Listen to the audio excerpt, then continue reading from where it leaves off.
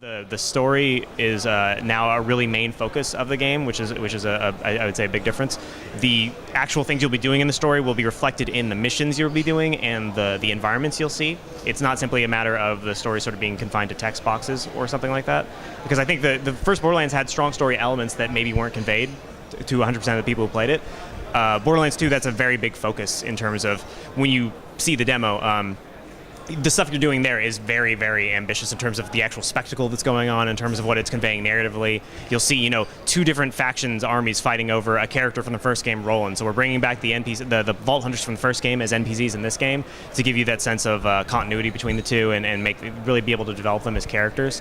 And you'll be going on this adventure with them, and hopefully the gameplay and the story and the environments all feel like one cohesive whole. We're putting a lot of effort into making that feel like an overall immersive adventure rather than just a really cool game of systems with some quests and stuff in it. We're very happy with the art style as it is now because no other game out there really kind of looks like that, and it's sort of evocative of the sort of themes of Borderlands. Is that it's fun and it's, you have a little bit of that like concept art kind of look, and it's just about fun, but at the same time it's got this edge to it because it's meant to be, rough and tumble, edge of the universe sort of, wasteland kind of feeling, and it kind of hits both of those in a really cool way. And even these new environments we're seeing, with them in the same style, I think the neat thing about the environments is that they still are in that Borderlands style to the point where, Borderlands isn't just defined by, there's lots of sand and it's brown. Like, you can see, the ice in the demo we have, and there's all these green areas that look gorgeous, but also still feel very much a part of Pandora without feeling like we just randomly went to some other, environment that feels disconnected from our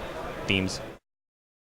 Because we only actually ever saw one sort of small part of Pandora in the first Borderlands. The DLC showed us some new areas, but we mainly saw the desert area, and at the end a little bit of snow.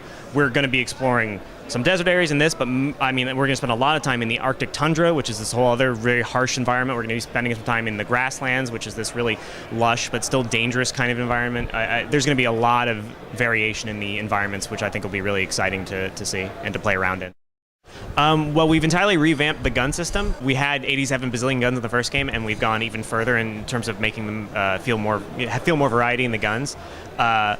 Basically, when you pick up a gun now, you'll be able to see visually on the gun like how it's different from other guns. You'll be able to see the individual parts that make it up, and you'll be able to feel once you fire them just how different they all are. So our assault rifles, the Vladov has a minigun barrel. So initially it starts firing slow and then it gets really fast. Compared to, say, a Tedior, which it fires like a normal assault rifle, but when you reload, you throw the actual gun like a grenade and it explodes, and then a new one destructs in your hand, and the explosion is bigger depending on how many bullets you had left on the clip. So the actual guns themselves have so much variety just in terms of the way that you use them, in addition to the stats and all the statistical differences that we still have to give you 87 bazillion guns, but they all feel really cool and really individual. We literally stopped counting. Like, it took too long to start counting all the different variations within. So yeah, I think the highest we counted for the last game was like something like 25 million, something like that, and then we just got sick of counting. And I can only assume it's going to be that or more so for this game. I think you'll feel more variety within the actual guns, because the last game had a lot of guns. Some of the differences between the two were purely statistical. With the way our manufacturers are now working and how the firing mode's different and all that kind of stuff, I think you'll feel those differences even more, so it'll feel like even more guns. Yeah, there are many characters from the first game coming back. Most specifically is the Vault Hunters from the first game. The player characters are now NPCs that you'll get to hang out with. The thing that's kind of cool about that is that in the first game they had their sort of battle dialogue and their barks, and they would just throw out random one-liners, and that was cool. In this game, you're actually going to get to sort of know who they are as people. You'll be able, how do Roland and Lilith interact? What is their relationship like? And how have the 5 years between Borderlands 1 and Borderlands 2 changed who they are and what's happened to them and all that kind of stuff? It's going to be, I think, interesting to see.